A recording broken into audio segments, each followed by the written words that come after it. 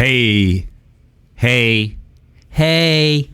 Coming up on today's show, guys, we got some exciting things. It's the holiday season, so we're gonna go through a few gift ideas. Hold on to your seats for that. That'll be fun. I think Keith's got a few. He's always got a funnier one or two in there, but we'll see what happens. Got some other exciting things to talk about today. Oh, yes. Yeah. Oh, yes, we do. Yeah. We read your letters. We're gonna go through some comments on. I think these are from our YouTube channel, so this is gonna be entertaining. It'll be very entertaining, so stay tuned to that and keep commenting because you might just show up on a podcast near you. And then we are going to get into some of the meat and potatoes of the day, some of the news information that we have available to us at our fingertips. The news. Boy, we hadn't heard that one in a while, have we? Yeah, it's coming back. The electrification movement, guys, is really on. If you do not know that, then again, your head is in the sand or under a rock somewhere. So we're going to help you remove your head from the sand and get you out from underneath that rock and kind of tell you where that direction is going. It continues to grow exponentially. And we have, this is actually kind of a cool story because we met the guy that did this. There is a Maverick that is, we'll give you the details. It's got some production elements to it. It was built as a one-off for SEMA this year, and we have an update for you on that. That's going to be interesting. Dave, stay tuned. And also the big one, man. I mean, I'm not going to bring this one up. I'm going to let you bring this in. You're the one that brought it to my attention, and I am excited to talk about it. So there you go. Could there be possibly a revisitation of Smokey and the Bandit? What would fans think? Is there a way to do this right? Could it already be out and you don't know about it? You'll have to stay tuned to find out. All that and so much more coming right up.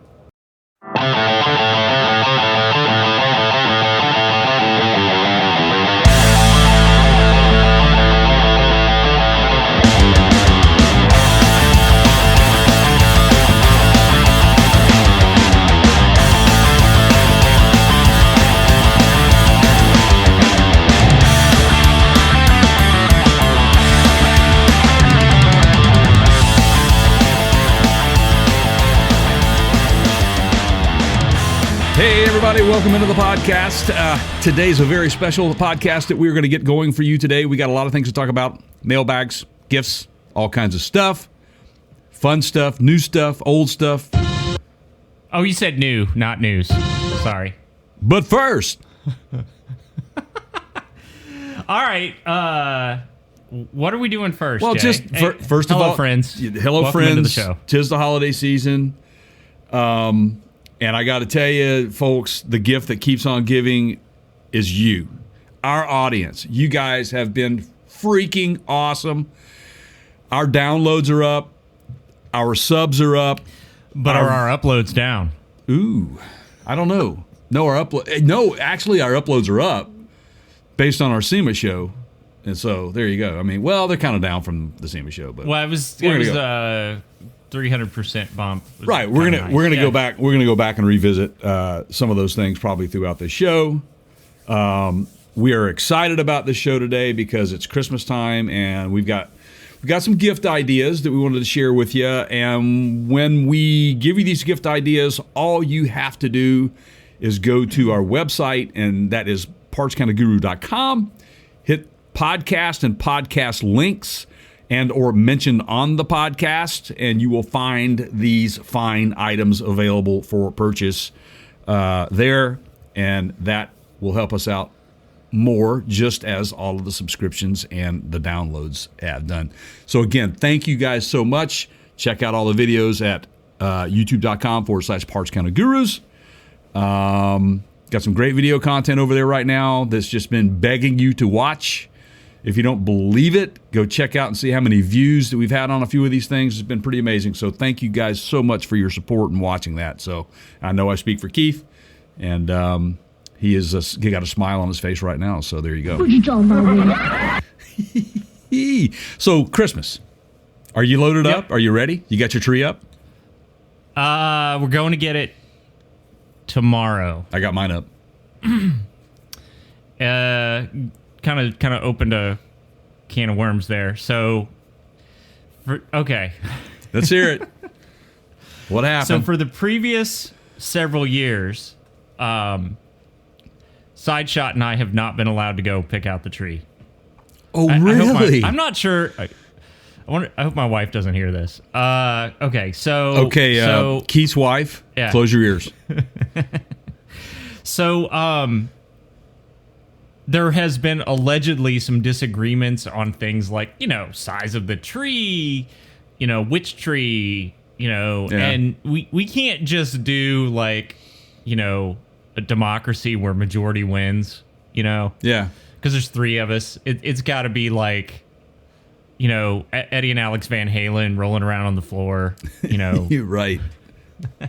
So my wife has basically said, I'm just doing this on my own. I'll show up with the tree.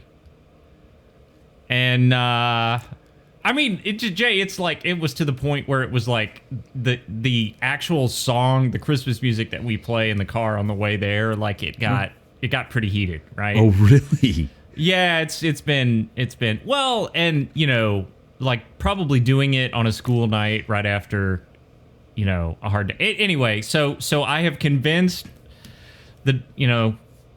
I've convinced the committee to allow. We're going to make one more attempt at this as a family. Yeah. and see, which means I'm just going to have to go along with whatever. Just We you know what we need to do? We need to reach way back for a podcast that we had with our good friend Marlon Young. He had written a book on, how to deal with these circumstances. Right, And I yeah. think the key to that, Keith, was you got to listen, and listen closely, and you must compromise. So I will tell you how I have defeated the Christmas tree problem, or the decorating problems. I choose the decorations for outdoors, and I get to put the tree up. However, my wife decorates everything else from there. She has the patience Yeah. for that. I do not. Well, in my house, in the words of Admiral Akbar from Star Wars, it's a trap. So no matter what I pick, see, because then one of the other people in my household will criticize the work of the third person, and then I rush to defend the third person, and then it's a three-way drama triangle, and everybody's and so I just. I'm going to have to just let it go WWE style next time. I'm going to let those two kind of go at each other, and I'll just Right. be Mean Gene Okerlund, and I'll comment on it, but I'm going to stay out of it. Oh, just make Right? sure you have a Snickers on hand in case you have a Betty White Betty White moment.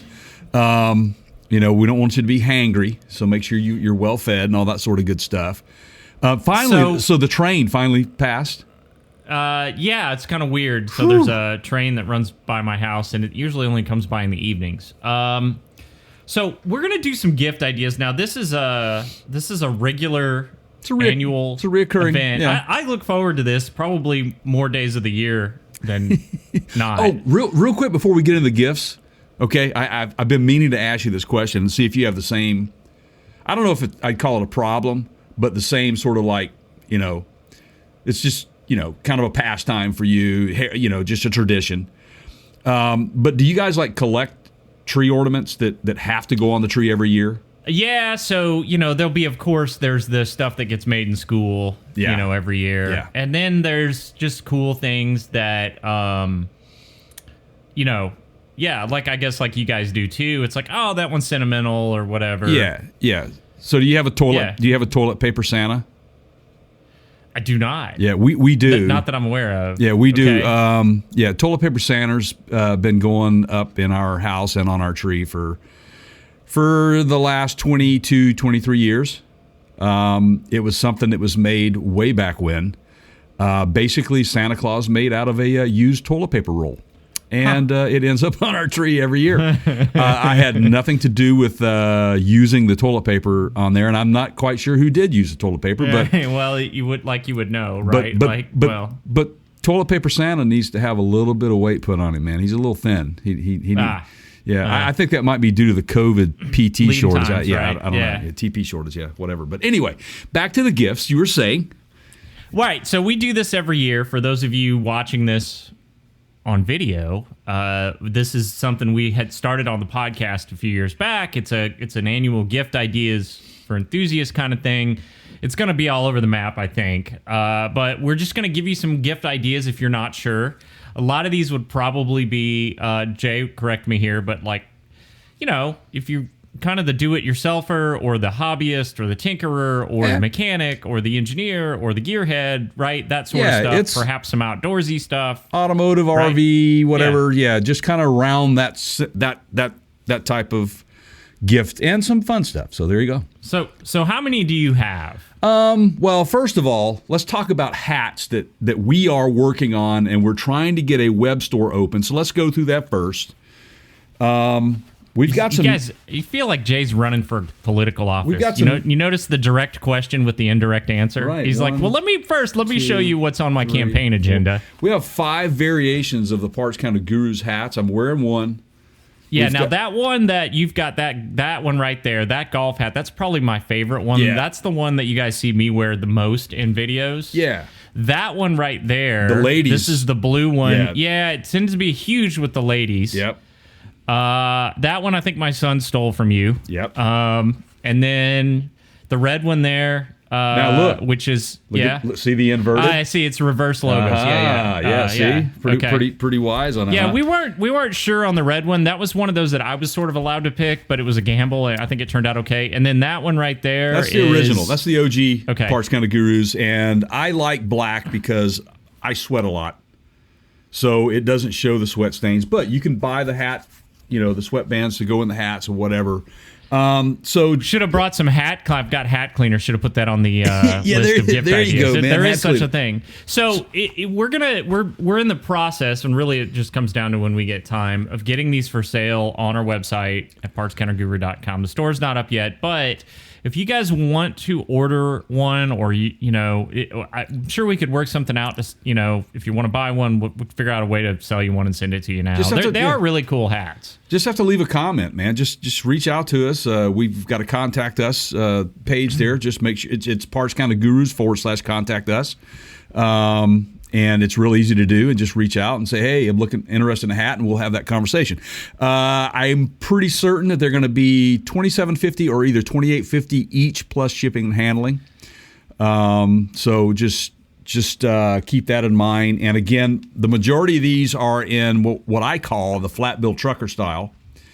And then the one like typical golf hat. And these are, again, they're universal size snapback type stuff, and then you've got an adjustable back strap on the golf one. So anyway, and these are not your cheap. I mean, we're talking 920 New Era hats, Pacific headwear.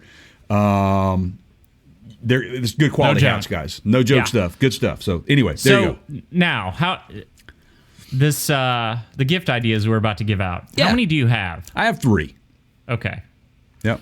I feel like And the the links are there for you if you can. presidential debate moderator there. I keep coming back to the The Yeah, links okay. are there if you're interested in that. Yeah, so we'll put the links on the video side probably in the comments or the description, and then we have a mentioned on the podcast page on our website. It's like in the top left area. You go to partscounterguru.com and you click on mentioned on the podcast, or Boom. it's up there. You guys just look for the tab on the top. You'll see it. Right. All right.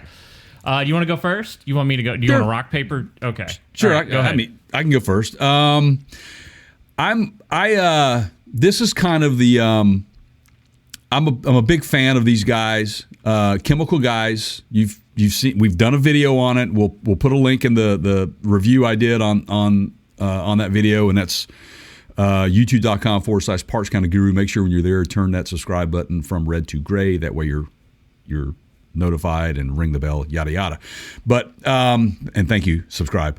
Chemical Guys HOL 148. It's a 16-piece Arsenal builder car wash kit with a foam gun, bucket, and 6 16-ounce car care cleaning chemicals. It works with a garden hose. Keith, I think you have one of these. All right, yeah. So these now blasters. you did a review on their car wash kit, but it did not have the foam gun, right? Correct. It did not have the So foam gun. That's on our website. You can watch that video. Jay takes you through It's good. I learned some stuff there. I have the foam gun, like you just said. I love that thing. It Well, does here's go why on a that- garden hose. It's got Yes. a quick disconnect. Right. Tell them why it's that's clever. important. Well, so I have a pressure washer. First, yeah. So before I answer your question in true political fashion, I don't know how this episode turned into. Right. Yeah. So is it voting season or something? Yeah. So, yeah. So I have a pressure washer, but this basically saves you from having to buy a pressure washer to get those same foam results. Right. So the foam gun, I feel like always helps with dirt and grime removal because it helps lift gunk, right. if that's even a real word. Remember off. remember the like bathroom cleaner, the scrubbing bubbles? Yeah, we still have some here. Right. Yeah. It's the action that's going on with that really kind of stirs it all Yeah. up and loosens Breaks it up it for loose. you. Yeah. It's nice.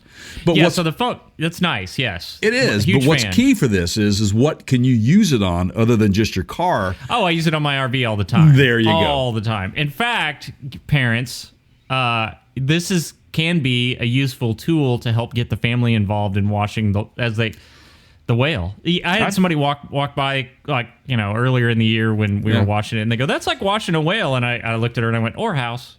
Yeah, pretty much on wheels. House Yeah. on wheels. So does it'll side draw shot- them in because it's fun to spray the foam, right? Yeah. Yeah, and they have, by the way, Chemical Guys, they have a great selection of their foaming products.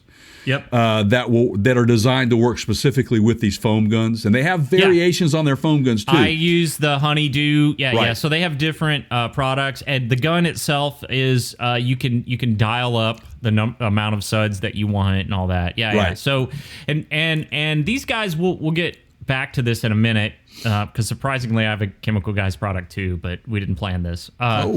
But Boy, they're so we gonna have love something us. interesting in the works with those guys. It's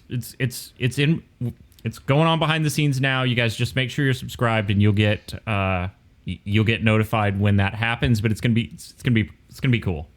Yeah, it definitely will be cool. By the way, this link will be up on our website, like I said, under the podcast links and mentioned on the podcast. It'll be the Christmas gift ideas for this year, 2021. I guess we'll name it that. But this is the HOL 148. Right now, if you buy this thing now, it's about 33% off regular price. You're going to save over $30 on this kit. And what's nice about this is that the majority of the products that you get with this thing are reusable numerous times, and you probably have enough chemicals here, car wash stuff, foam wash, all this stuff to last you probably a good 10 washes.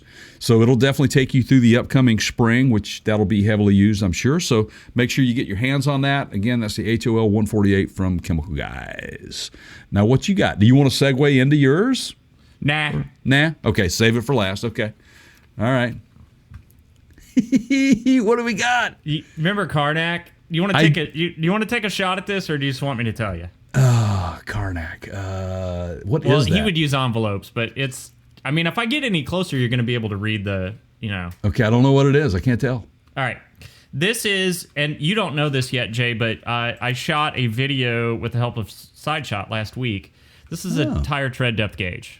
It's actually a box that has a tire tread depth. Okay, I gauge couldn't in see it. because of the reflection. Yeah. Yeah. Okay. So here it is, everybody, and this is very inexpensive. There's a video that's about to come out that has this in action. I'll show you how to use it. Let me take the hermetically seal. I'm kidding. It's just plastic. So, but it lets you check the tread depth. Now, why would this matter? Well, let me give you a couple of reasons. First of all, eyeballing it, as we say, isn't always the most accurate way to measure tire wear. Very true. Another factor, and this is huge with me in RVs or anything towable, is I just realized I probably shouldn't be doing this right up against the microphone. But it's okay. Yeah, anyway. It sounds good. It's good. Sound I effects, digress. man. Did you record that? The sound effects, Yeah, right. man. I got it now. That'll be us opening gifts on Christmas morning. So you're not always able to visually tell if there's a part of the tire that's wearing more so or prematurely than others, and that's where this guy comes in because you can get actual measurements for each tread. Right. And I always like to watch, if the outside is wearing more than the inside, the tire's probably inflated. If it's wearing down the middle more, it's probably overinflated. And that's kind of a big deal with RVs because those things with a load in them, it sort of changes the tire pressure, as we've covered in previous videos, that you need to have. And if you change that load, it can change, how the tires wear. Trailers, too. Same thing, right? Like, you can't always see to the back. And if you have any kind of a vehicle that has a covered wheel well where you can't see all the way to the inside of the treads, this will do the job for you, right? So if I can't see how that tread's wearing on the inside of the tire because I can't get my head in there, this is like less than $20. It's a great gift for somebody that has everything because they don't have one of these. Glove box, right? Glove box or toolbox? I actually keep it in the toolbox in my RV garage, but there you go. Not everybody has an RV with a garage in it, but yes.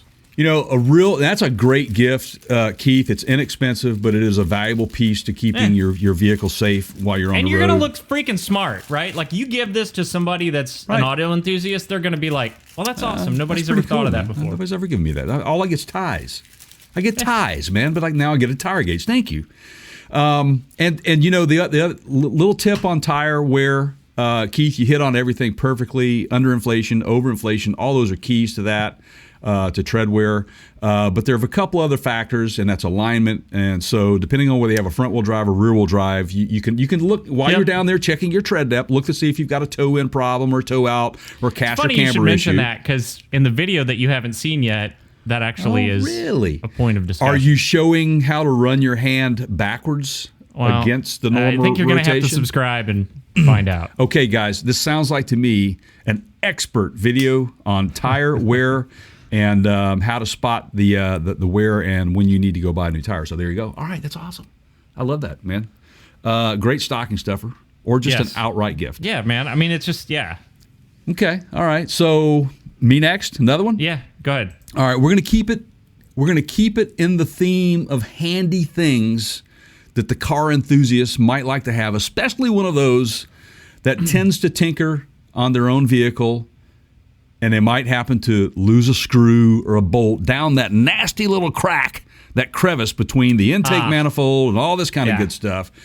How many times has that happened to you and you just you couldn't see it? Now you got to go get a flashlight. You need a grab tool and the grab tool, all these things. Well, what I have for the next gift, and it's cheap. This is under $20. It's an LED magnetic pickup tool. It's a great stocking stuffer. It's magnetic on both ends to where you can use it. It also has an LED light on it. It's lighted on the end to where you can go pick up and see in that crevice where that screw is, and then clip, there you get your screw back. Or you can just hit it off to the side as a magnetic light. It's magnetic on both ends, and it's flexible. I cannot tell you how many times one of these types of items have saved my butt, and always had one in my toolbox, and you should have one in yours. And again, that is the LED magnetic pickup tool for under $20. That's a great stocking stuffer as well. You can get that any time of year, really. Now, I think it's important though, if you do throw that in a stocking, it's going to attract everything else that's metal in there. So you better be careful where you put it, right? This is true. That's true. Put it in an aluminum case, maybe. I don't know. Exactly. All right. Yes. I'm going to do this in a 2-for-1 style just to get through a couple quickly here. Ooh. So this is for you outdoor enthusiasts. And if you don't, this is going to, you're either going to have one of these or you're going to fall into one of two categories.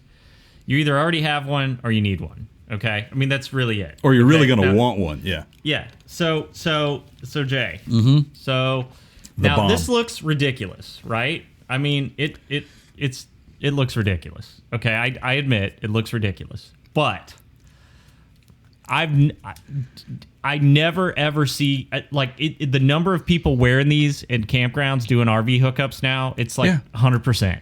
Everybody's got one. They're fantastic, man. They come in so handy, and the technology. You can aim it down. Yeah, and can I tell you? Can I give you two more usages that I use mine for? I have one of those, and I absolutely love it. I got a 2-pack for Christmas a couple of years ago. But I do a lot of nighttime barbecuing, grilling. Yeah. And so in an area that's not very well lit, and like you just said, if you're out camping somewhere, man, it's hands free. You got your. That's it, right? So when you're doing stuff, and especially with RV hookups, you need both hands. If you're a mechanic, you need both hands. Right. If you're grilling, you need at least one. Well, you need both hands because there's usually a beverage in the other hand, right? Absolutely. And so, or Jay, if you're trying to read your vehicle diagnostic codes at night and you can't find the OBD2 port. Ooh. Right? Because you got to plug it in, right? Yes. You got to get under there and plug it in. Under there. Okay. So you got this. So now one of the things that I will say about this one is it does not have the thing that goes across the top. I actually like it that way because if you have a hat or beanie or something on, and like I just had my headphones, you don't have to. Yeah. They have functions too, right? Where it goes from blinking. You saw me tapping the button, it changes. There's a little dial. This one has a red light, so it's better for night vision. Here's where that comes in handy for me. What I use it for here, because it gets so dark so early, or doesn't get light till super late. Yeah, I actually put it on, and when I go out on my walks or my jogs, and it works just fine. Yeah. So it's for safety reasons. It's like a multi-purpose thing, man. Right? Yeah. So. Ooh. I alluded to this. Now, Jay did a video on this you way did back. Too. It is, I did a quick follow-up. The detailed one is the one that Jay does. But this is a car OBD diagnostics reader. This is probably our favorite one that is affordable. So there are ones that'll do everything under the sun, but they get expensive. This thing is very it's affordable. Absolutely. We've got a discount code for our viewers and listeners. We'll give it to you. You can get this thing for 67% off. It's $20. It's $19.99. Cheap. And I tell you right now, if you use it once and you get what you need out of it, it's paid for itself. I've given them to family members. Yep. I have one in everything I've got. It'll give you the code read. You're well and good. Now we get these people that come on and they comment and they go, "Well, man, this thing's not worth the bitch." Well, dude, for $20, you're getting a diagnostic, and it's pointing you in the right direction of what's wrong. More times than not, that's It's over half the battle. So I disagree. I think it's worth every penny. It is worth every penny. For $19.99. I've had people say, "Well, there's other diagnostics out there that are a lot cheaper." Well, go buy that one. This one costs what it costs. It works. We've tried it. It works. iOS and Android. Absolutely. And, look, I'm telling you, just do yourself a favor, have it on hand for when that check engine light comes on, and you'll appreciate having it. Yep. It'll give you peace of mind, because sometimes you'll pull the code and it'll say, well, the O2 sensor. Well, yes, it's a part that needs to be working, for emission controls and everything else to kind of work in conjunction with it because they all work off of each other. But it's not going to O2 sensor, for the most part, is not going to leave you stranded unless there's some sort of systematic shutdown.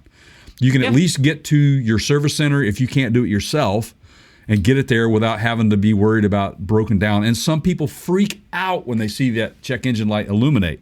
Just remember. I just feel like it's a better, even if I can't do it, because some of that engine stuff, I don't have the time or the tools or whatever. Mm-hmm.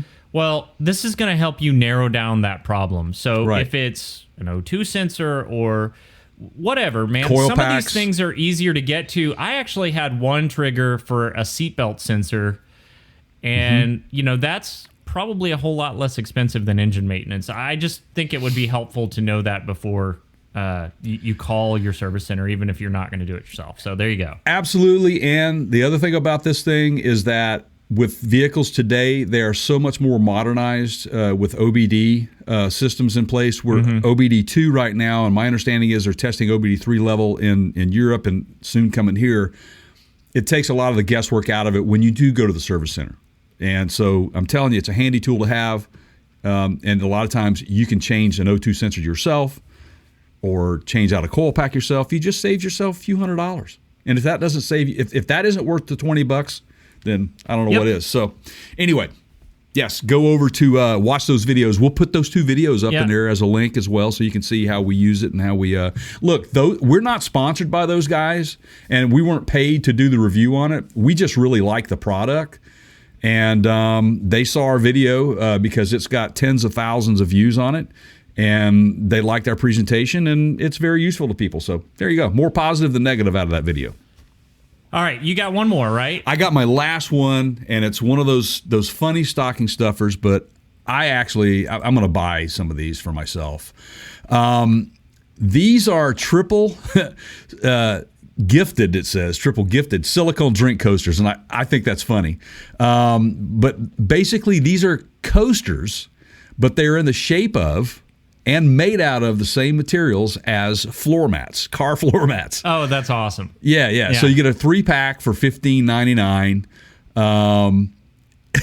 and that's pretty cool.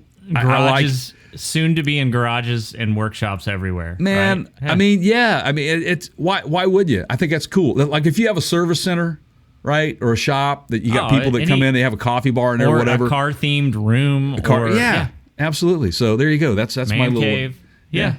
So that's cool. That's cool. Yeah, Stocking these are great. For the person that has everything, these are great suggestions. Yeah, something. So I'm going to throw two at you in pretty rapid fire suggestion. We've already talked about Chemical Guy, so I'm not going to go into this one in too great a detail. But this one I brought to the table for two reasons. Okay, right. Number one, it stands on its own. Number two, it's very different from a lot of the stuff that Chemical Guys does. Now, for those of you that aren't familiar with the Chemical Guys line of automotive cleaning products, right? Most everything they have has a delightful scent of some sort. I just mentioned the honeydew wash, cherry on their wheel cleaner. Everything is fragranced for a reason, and they do that so it's like fun and, the smell is good while you're doing the cleaning, right? So this is, I would love to know, we need to ask them when we talk to them, what convinced them to do this. This is called Nonsense Invisible. Okay, here it is. It's made by Chemical Guys. It's an all-purpose cleaner. It has no odor at all. It's very unusual for Chemical Guys to do something like that without a scent. It is colorless and odorless. I have used this enough that I have put it on a couple RV things in my garage, high traffic areas. It does a really good job of pulling grime off. I've used it on rubberized plastics. I've used it on metals. I've used it on plastics themselves. You can dilute it. You can use it full strength right out of the spray bottle. I've used it on bicycles. It pulls grime off the tires and, sludge off the forks and all. It's a good product. Yeah. I like it. Just like everything else we do. I wouldn't be on here, running on about it if it wasn't worth it. I haven't used that, but one of the things that would be for me that attracts me to that is, like you said, no odor. Yeah. Because a lot of those cleaners, man, they're just so strong. So, it's kind of irritating to the eyes and sometimes the nose, depending on what it has in there. So that's great. So if you are not a fan of Chemical Guys because of their scent, you need to give that a try. It is odorless, absolutely, and it's a good product. All right, last thing. This ties back to yet another video that we've done. Now, I've done some similar things in previous years where I've had AirTags, various key finder trackers, that sort of stuff. So this is a video that we shot earlier this year. I did it with SideShot. We did some interesting things where we put it on an airplane and we saw if it would work. This is Apple's AirTag. For those of you that don't know, I don't even have an Apple phone. I have an Android, but I use their products. This has quickly become my favorite device tracker. There are a couple reasons for that. I know that the like some of the other trackers that I have and have used do a great job. The sheer number of people running this app that help you find it if you report it missing with all the iPhone owners out there has this at a huge advantage. The other thing is this has a replaceable battery. So again, I hope my family members aren't watching because I did get a bunch of these to give out as Christmas gifts.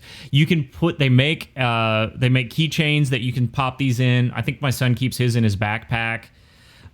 They make them for pet collars that you can put it on, I hide them in put it in your motorcycle under the seat. Anything that you need to track, anything, not just keys, right? Anything that you need to keep an eye on. They make great gifts. They're cheap. I think a 4-pack. So they're like just a little less than $30 for one, or you can get a 4-pack for less than $100. And they're about the size of a quarter. They're about as thick as 3/4. And then you can get a little, like my son had an emoji put on his. It's got a little dog face on it. So, you know, you can... but like we even tracked Jay without him knowing it. Guys, go watch the video. We hit it in his car and he drove off and he got an alert on his phone. It's crazy. It's kind of funny how that worked out too. So it's amazing how they work. It's a great video, like Keith just said. Well done on that. Good job. And again, if you are subscribed, you know how to go watch those and find those. But if you're not, just youtube.com/Parts Counter Gurus.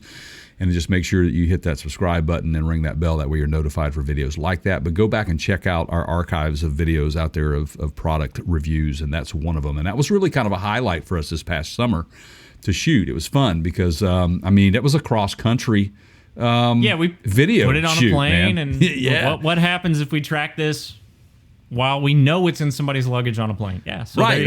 Real time, you were tracking that because it was like you were watching like FlightAware to see where the plane actually was, and then see how well that kept up. And it was, man, it was not that far behind. So it's a valid product. So go for it, man. Get somebody that for Christmas.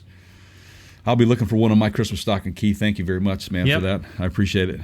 Yeah, got it. That'll go really good with that beer you're going to be getting me too, right? Right. So again, everybody, links to most of this stuff in the comments and the descriptions. You can also check our website, partscounterguru.com. We have a mention on the podcast tab. Please and thank you. Make sure you subscribe for more and go get your gifts. Go get your holiday gifts. There you go, man. Merry Christmas to all, man. And stay tuned for we're going to have if you've been a fan of ours for a while, Keith and I like to do Christmas videos, just to have fun with it and wish you all a Merry Christmas and Happy Holidays, period. So be on the lookout for that. That's always a fun one for us to do. You never know what Keith's going to wear. You never know what I'm going to wear. You actually never know. It'll be Christmas themed of some sort, we're sure. There probably will be a beer or two involved. We don't know. Why not, right? Yep. There's beer in Christmas, right? Sure. Okay, yeah. Santa beer. Lots of it. Yeah, a lot of Santa beer. So now, on to... All right. You ready? Yes. This is brand new for us. All right, so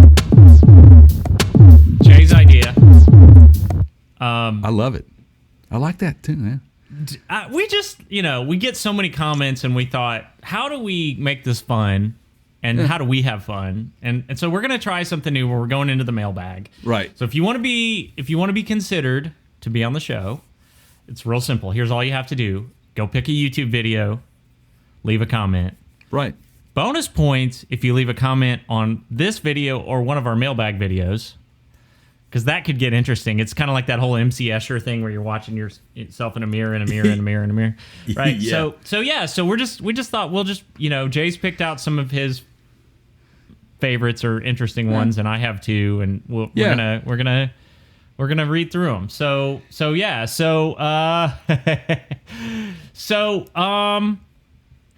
Do you want? I've got one ready, or do you want to go first? You go ahead and start, Keith. Go ahead. Yeah. All right. Because I think we picked a couple that are the same, but that's okay. Go ahead. We don't have much time today, but we'll throw a few out there. Yeah. So let's see. So and what video was this from? Is that the first one? From, I think the first two that I've got are from. Now you threw me a curveball here. The Ford Illuminator. Now here's why this is interesting. Because we shot this Ford Illuminator video months before Ford released them at SEMA. I hate to say I told you so. And put it out there. Been told you guys it was going to be a big deal. Mm-hmm. And then 2 or 3 months later, sure enough, it was a big deal. So we got a lot of comments. And honestly, the video started blowing up months after we released it.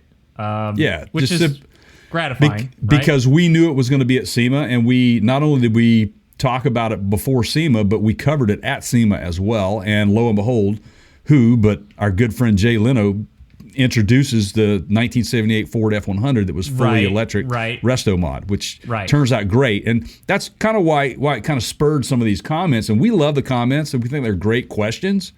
Some of them are a little over the top. I'd like to throw a little disclaimer in there, guys. We are a media channel. We are not Ford motor company tech advisors on how you install these into your Gremlins. Okay.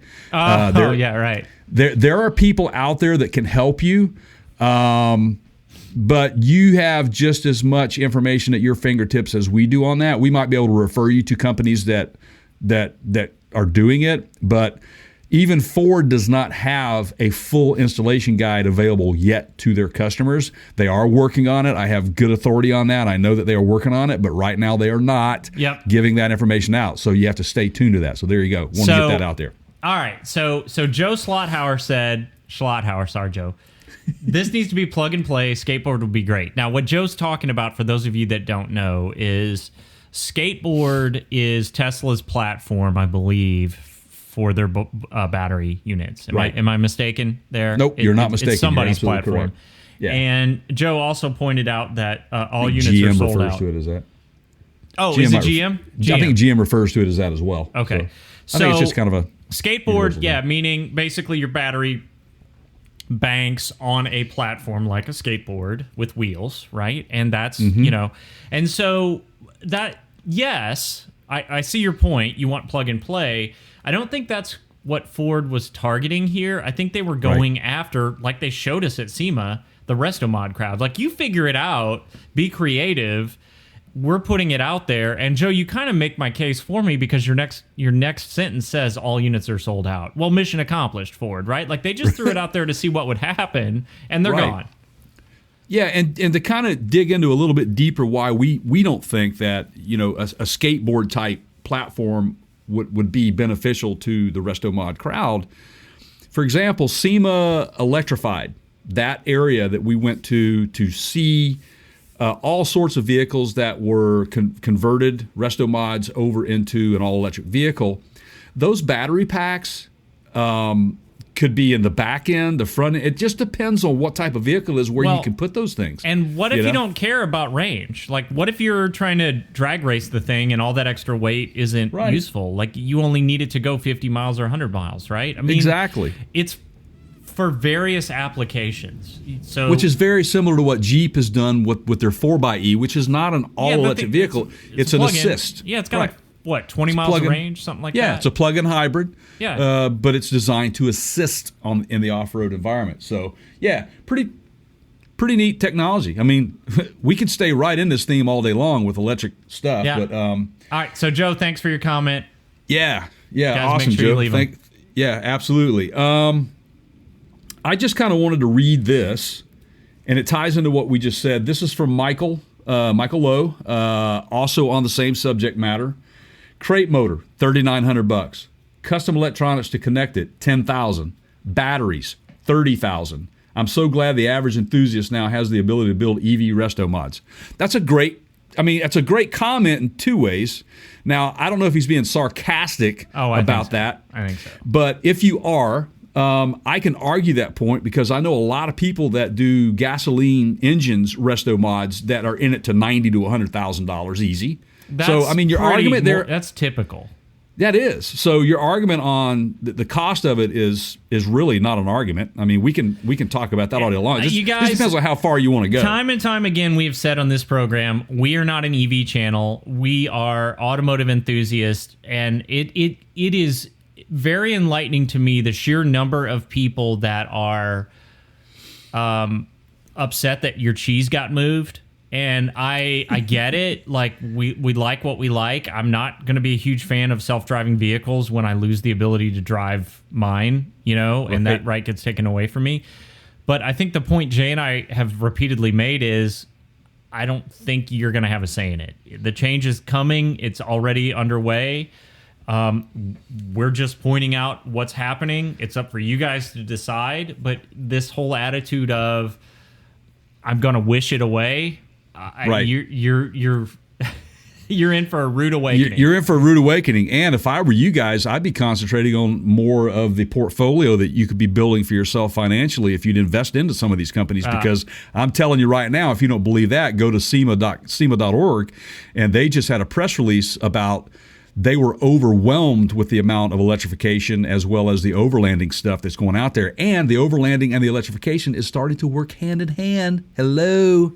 you'll see what we're talking about. So there you go. So back to the part that he mentioned about $30,000 for batteries. Okay, we don't have a full grasp yet on what a aftermarket or even a factory battery pack is going to cost for your Resto Mod. Here's what we do know. Depending on the number of battery packs you want and what kind of range you want, just as Keith said in the previous comment, is going to determine the cost of that. So you could effectively get away with $10,000 worth of batteries, and that's really all you're going to need, especially if you're only getting it out on the weekend or something and driving around, or if it's a commuter for a short distance. There you go. So everything costs, guys. It's part of it. I'm going to tag onto that one, and then I'll find one that isn't. On this we've just gotten so many views on this Illuminator that I feel like we owe the people. By the way, go to youtube.com/Parts Counter Gurus and be one of the 30 to 40,000 people who have already watched it. There you go. So Fantasy Engineered said, "Yep." ! I just need 2,500 pounds of batteries. Why not sell us a solar-powered laser blimp with a beer cooler? R.I.P. Good luck, all. Okay, you know what? All I have to say to that is I'm not even going to put an opinion in here. I'm gonna draw your attention to the first comment that we read, which basically pointed to the fact that these these motors were already sold out. Correct. So your anger at whatever amount of components or battery weight or whatever, you lose, dude. You lose, bro. People bought them. Sold out. I'm not buying. I haven't bought one. I'm just this whole argument of it's nonsense. It's not. They're selling them like crazy. Like, you may not like it, but other people do, and that's, again, we're just kind of pointing that out. They are going like hotcakes. Yes, they are. Maybe a laser blimp is on the way. I don't know, but this is not as far-fetched as you people are some of you are trying to paint. Now, Jay and I have said many times, to your point, on a rational level, this current generation of EVs is not where it's at. They do have to solve the range issues. They do have to solve the lithium volatility issues. They do have to, we think solid state's probably where they're headed next. But I mean, it is where it is right now, and it's, the automotive industry has never just stopped. They're going to continue that development.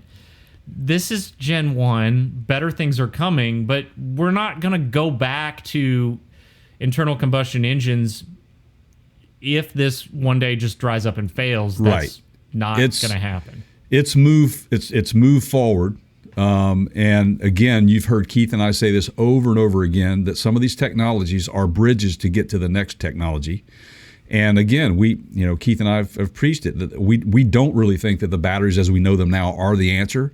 And we don't think that that's going to be part of it. I think that we have to use what we have at the moment to get there. So stay tuned until 2030 and see where we're at, which, by the way, there's been some major announcements of major OEMs that have committed now, after several other OEMs said that they were going all electric. That has come to the forefront, and Nissan being one of those. They just committed to 23 all electric models by 2030, I think was what they said. Yeah. 23 models, man. Lots of problems to solve. Not arguing that point at all. Just trying to paint the picture to you guys that it's only going to increase in popularity. So, I've got one more, if I may. You go ahead. Now, this is another video that we did that blew up, sort of unexpectedly on this one. This was the Knight Rider video that... oh, man. Just so we sort of put out there for fun because I think Jay and I both kind of enjoyed that era, and we just thought, what the heck, right? So if you're not familiar with what we're talking about, just go join the masses that have watched this video. But basically, the rights to the Knight Rider movie were purchased, and the director was the same guy that's done the Fast and Furious movies, and so there's some interest there. So let's see. Oh, man, we got so many hits on that. It's just crazy. Back in my level, commented, I feel like I may have to blow something up, if the voice of Kit is a female. Fair point, but now you got me thinking, would you really? Like, if, let's say they got some famous, the Wonder Woman actress, or some favorite Right. celeb, Linda Carter. Scarlett Johansson from Black Widow, right? Or somebody was just that hey voice. I wouldn't right? want it to be the Alexa voice, and we did a video on that one as well. She's an artist out there. I mean, that's a big deal. But would hey. would you really? I almost feel like there could be some odd sexual tension going on with a female voice of.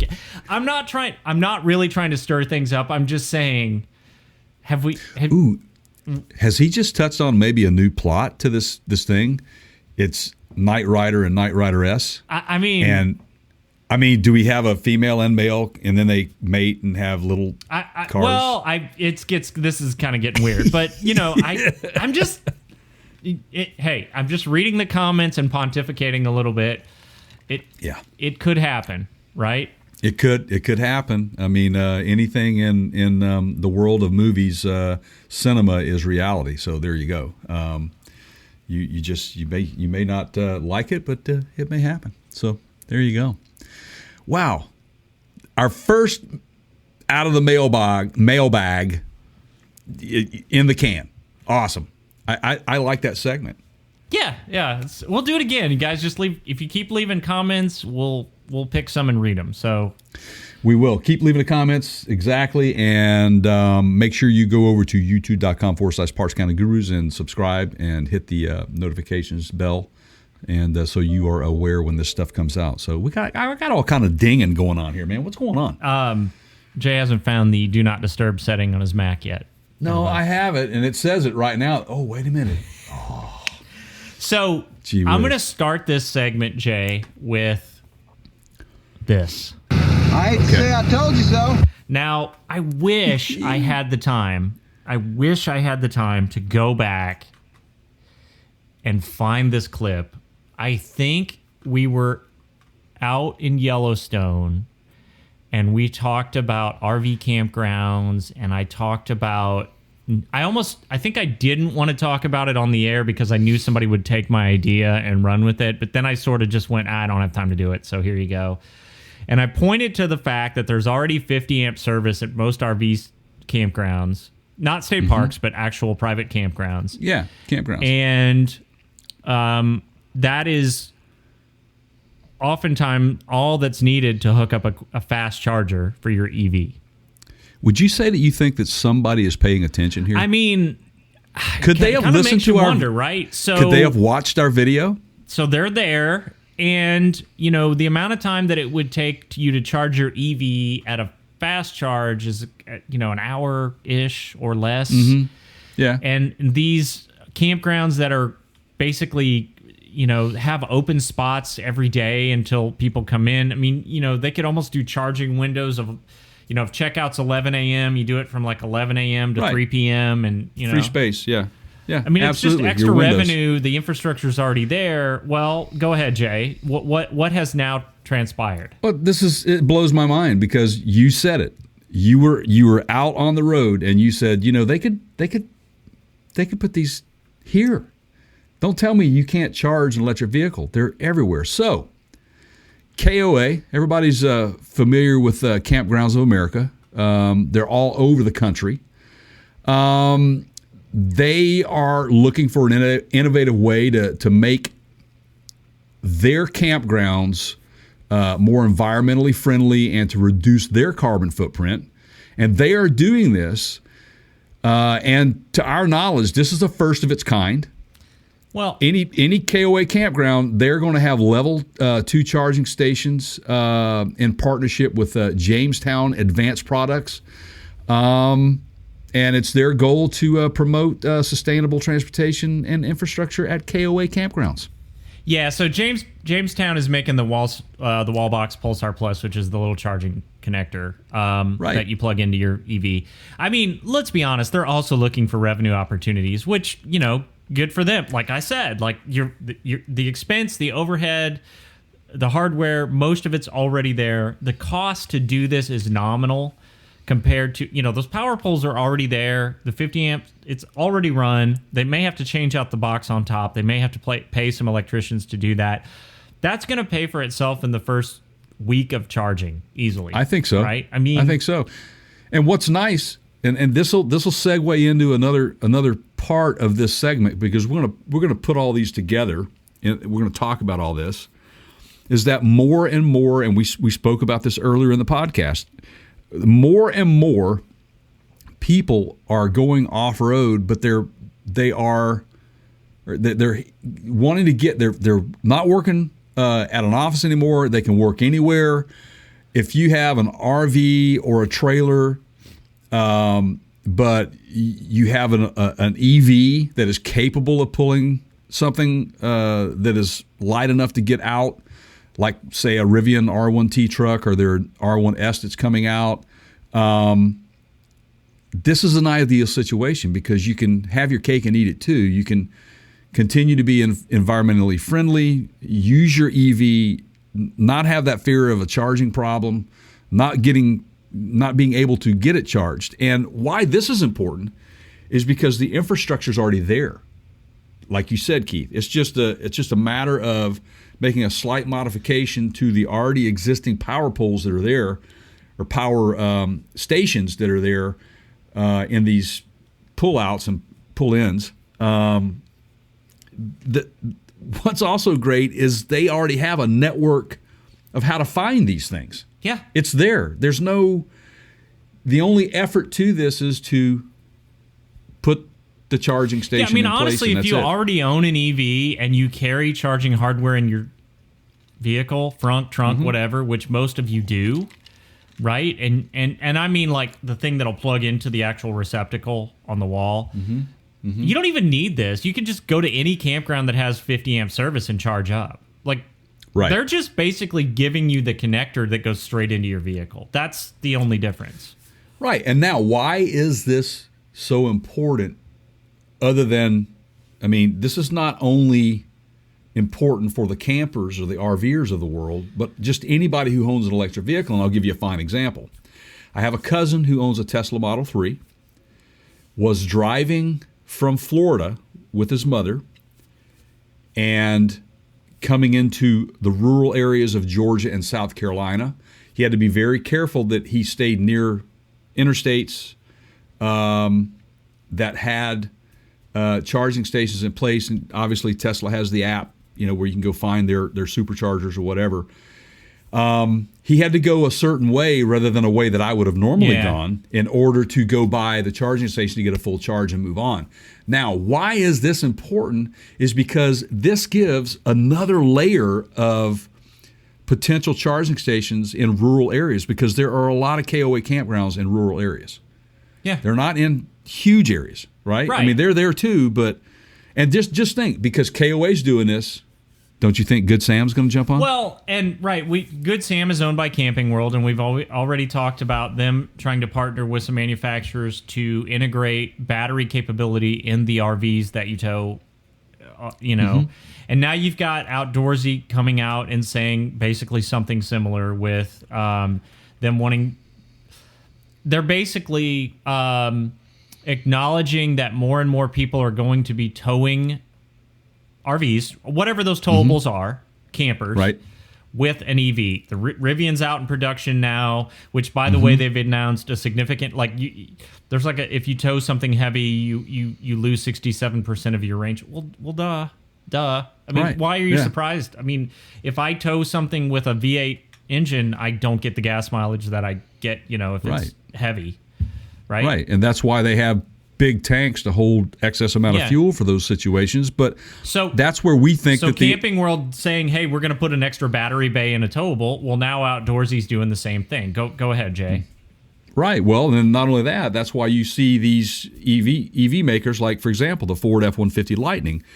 They are going to be providing you the opportunity to put in more battery packs in the bed of the pickup truck, almost like a toolbox section of the bed of the truck. So the manufacturers are very aware of the towing capability, but they're also very aware of the amount of energy that it takes to pull that. So this is why this is key to making this work. This is another bridge to us getting to where we need to be in the EV world, and this is it. And like we said in a previous segment, right? This is not the end. Well, think about this for a second. So you have Outdoorsy who's renting RVs, and they're saying we want to get into the EV market for towables. Right? What happens, Jay, if somebody puts here we go again. I'm going to say this out loud, and then next thing you know, it's going to happen, and we're not going to get paid. But it's all right. I don't have time, so somebody else might as well. Put solar panels on the roof of your towable. Put a battery bank in that RV that's capable of transferring power back to the EV, the vehicle that's towing, and you perpetually have additional range if towing in the daytime, because those solar panels will continue to trickle charge through a charge controller your reserve battery pack. And why is that important? Because it may be 100 miles before you can get to a fast charger, a level 2 charging station. So here's a scenario. Let's say you go somewhere like Glacier National Park or Yellowstone, or somewhere that, you've got to drive to get into Yellowstone. It's 40 plus miles to get, into the center of the park. Let's say you tow in with a Rivian, and by the time you get to the park, you only have 50 miles of range left, okay? Mm-hmm. Now, in that park, I don't believe they have electricity. I believe it's dry camping. Might be wrong there, but I know a lot of national parks are dry camping. Well, you have solar panels on the roof of your towable RV. You have a battery bay inside. You're camping for 3 days. Across those 3 days, that battery gets fully recharged. You then transfer that power back to your tow vehicle. You're now back to a 50, 75% charge. You haven't moved. Right. Absolutely. And you know who comes to my mind when we're talking about this, about the towable having that extra battery bay for that purpose? Look at what Toyota just released, the TRD Sport trailer. Right. It's just basically a trailer made out of the bed of a Toyota Tacoma, but it is built to go off the grid. Well, why don't you pack that thing full of battery packs? And it came equipped with, you could equip it with solar panels.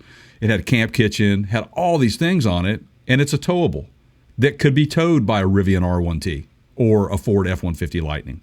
So there's a lot of thought going into this, and again, the growth is unbelievable. And why do we bring up Outdoorsy?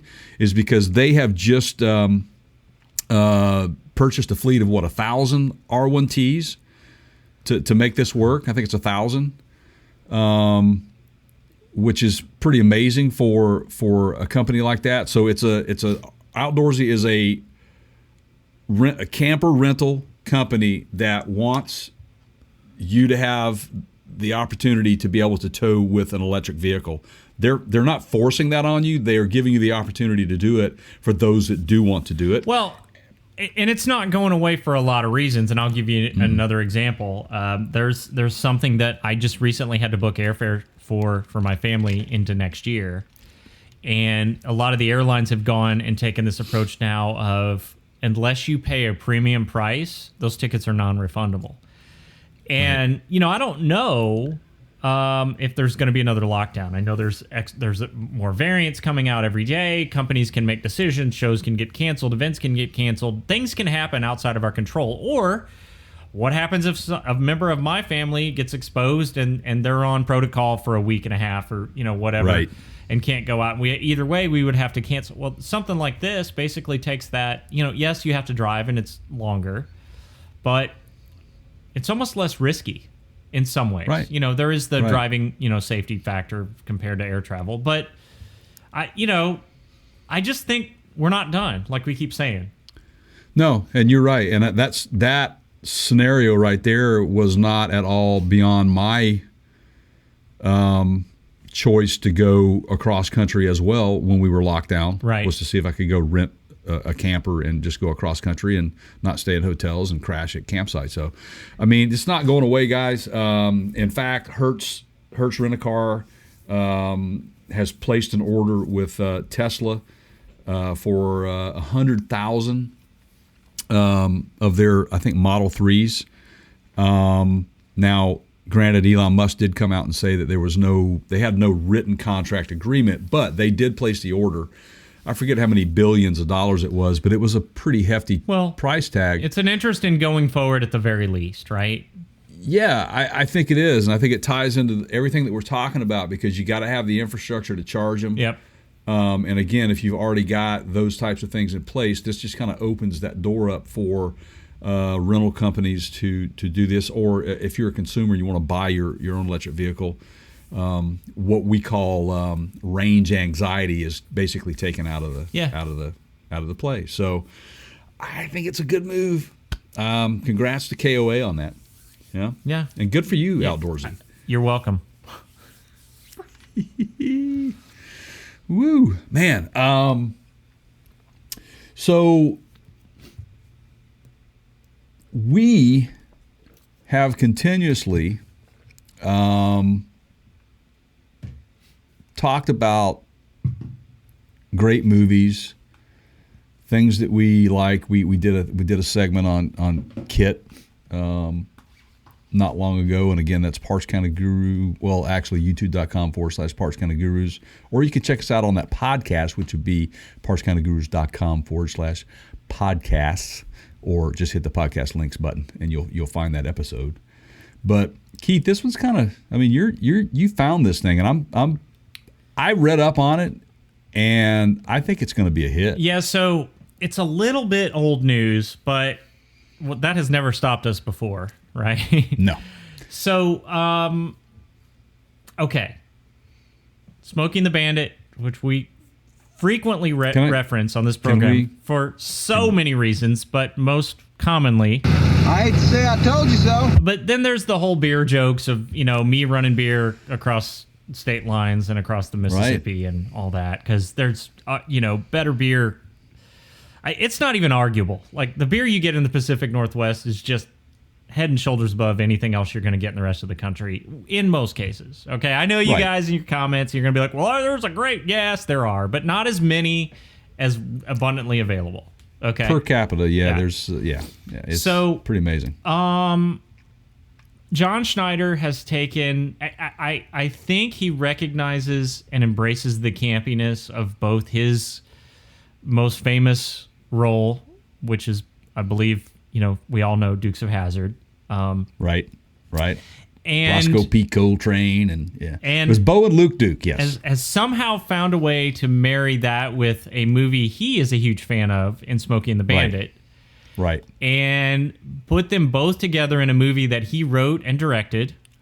Now, the bad news is it's only available that I could find from him, so you got to go to his website. We'll put a link to that and buy it. And they're apparently getting a lot of orders. Good for him, and they're selling a lot of these. The movie's been out a little while, like a little less than a year.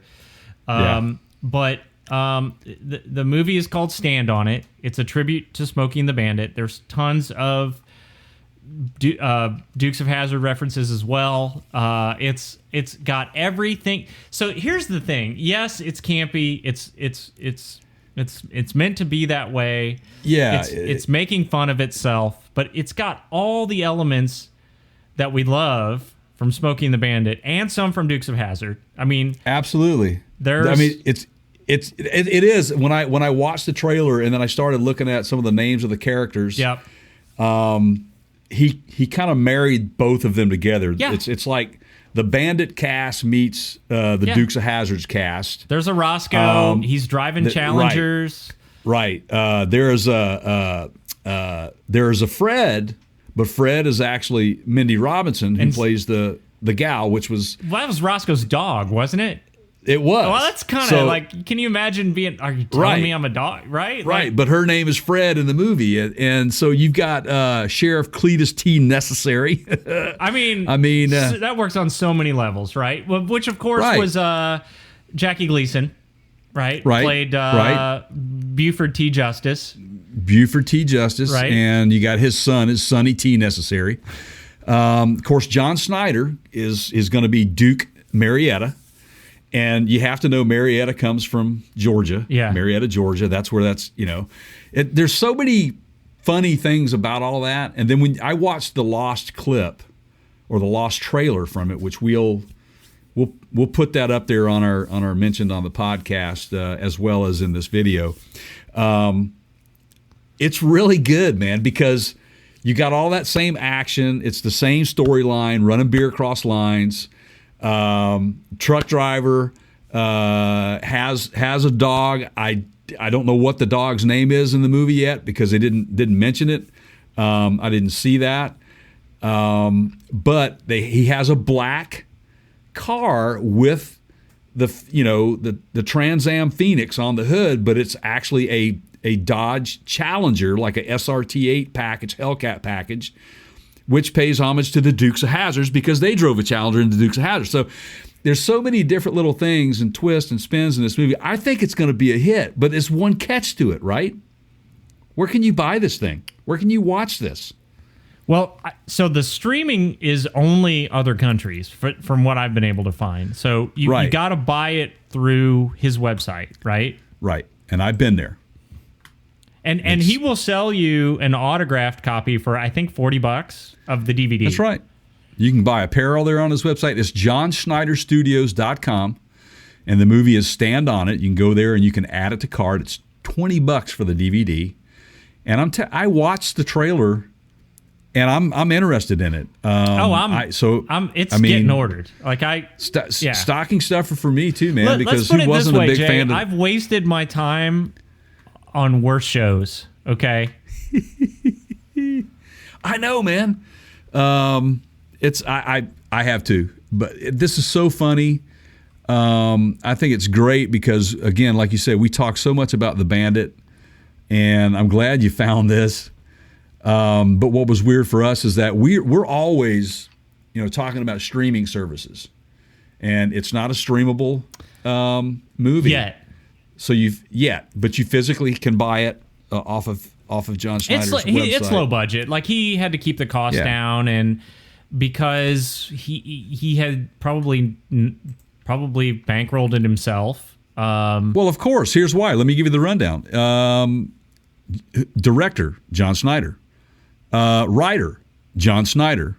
Stars, John Schneider. I think, and I want to watch to see where they filmed it. I think he's got a house around here somewhere down the road because he shows up at like holiday parades as like the Grand Marshal and stuff, and does various. Well, I think he lives in the area, or at least he has a home in the area. I think so. I wonder where I'm going with this is. I wonder how quickly I would get an order because it's basically being shipped from right down the street. I'll one you up. I will one up you. Hey, John Schneider, why don't you come on our show and we'll talk about it. We'll do a little Zoom call with you, man, and get you on. We'll put that video out there. Let's promote this thing for you. Yeah, there you go. Yeah, or if you are, nearby and want to, if you're where I think you are, Leaper Fork, we could stop. Yeah. Stop in for one of those beers you're trucking cross country, man. There you go. There you go. Or bring us a beer you're trucking cross country, and and a DVD. We'll take it. So there you go. That is Stand On It. Make sure you go to our website.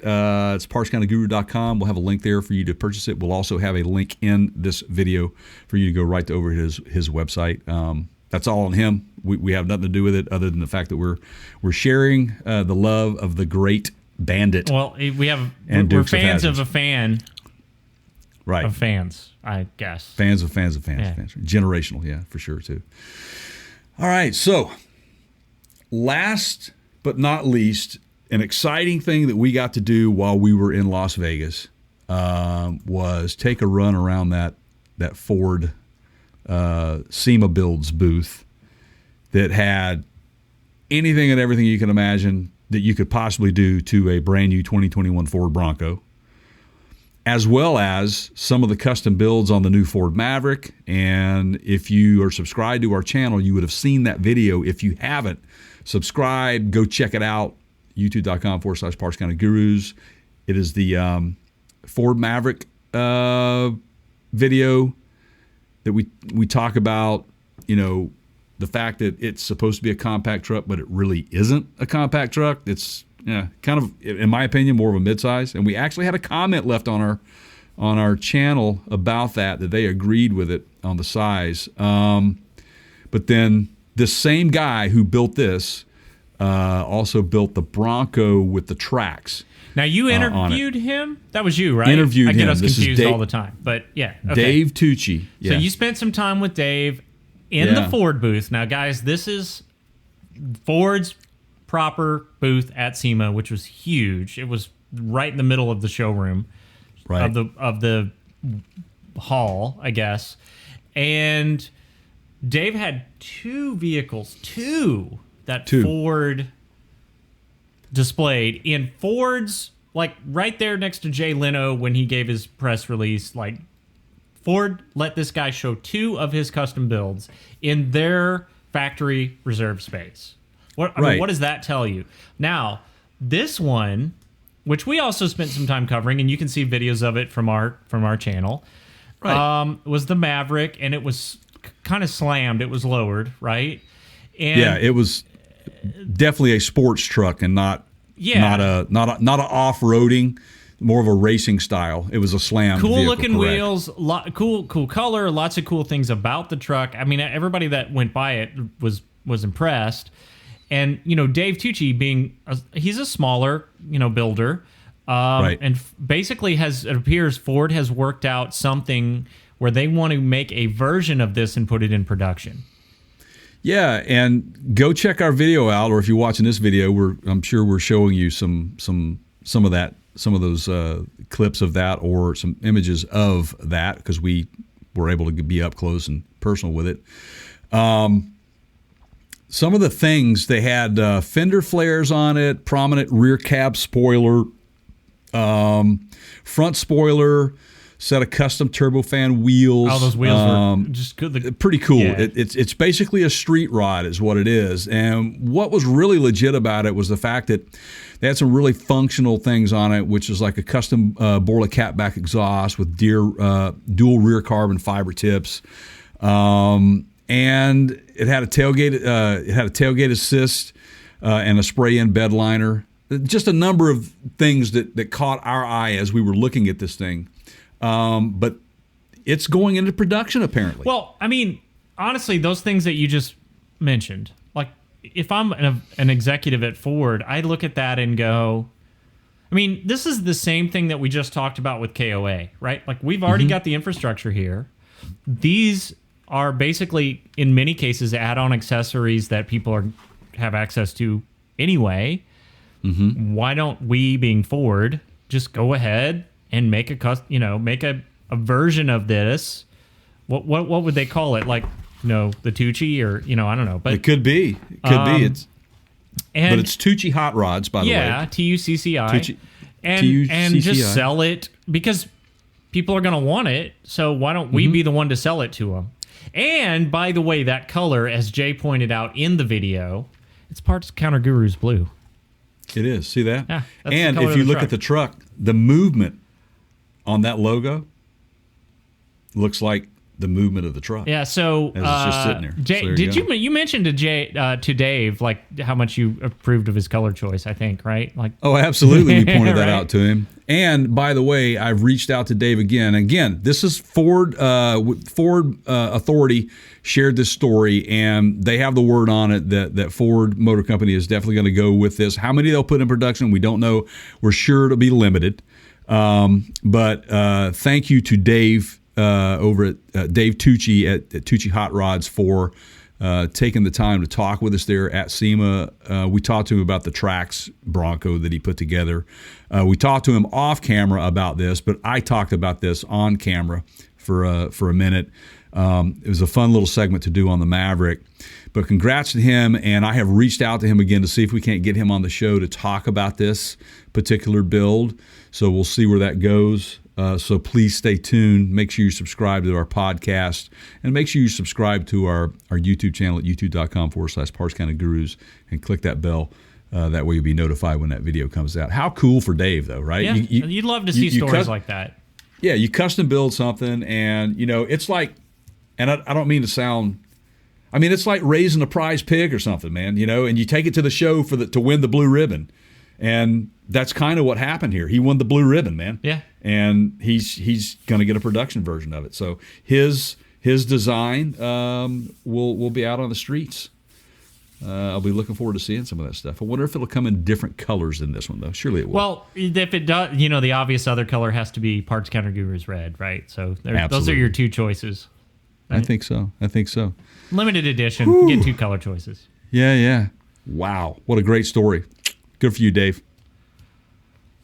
It's a good show, man. Yeah. I love, I feel like I should have some fruitcake in my hand. Or a bag full of nuts, right? Or bag full of nuts. It's Christmas time, man, right? Or some nutmeg with little eggnog. Well, that's coming later for me. Bourbon, yeah. Or a really, really good friend's key lime pie. Sherry, thank you very much. You know who I'm talking about.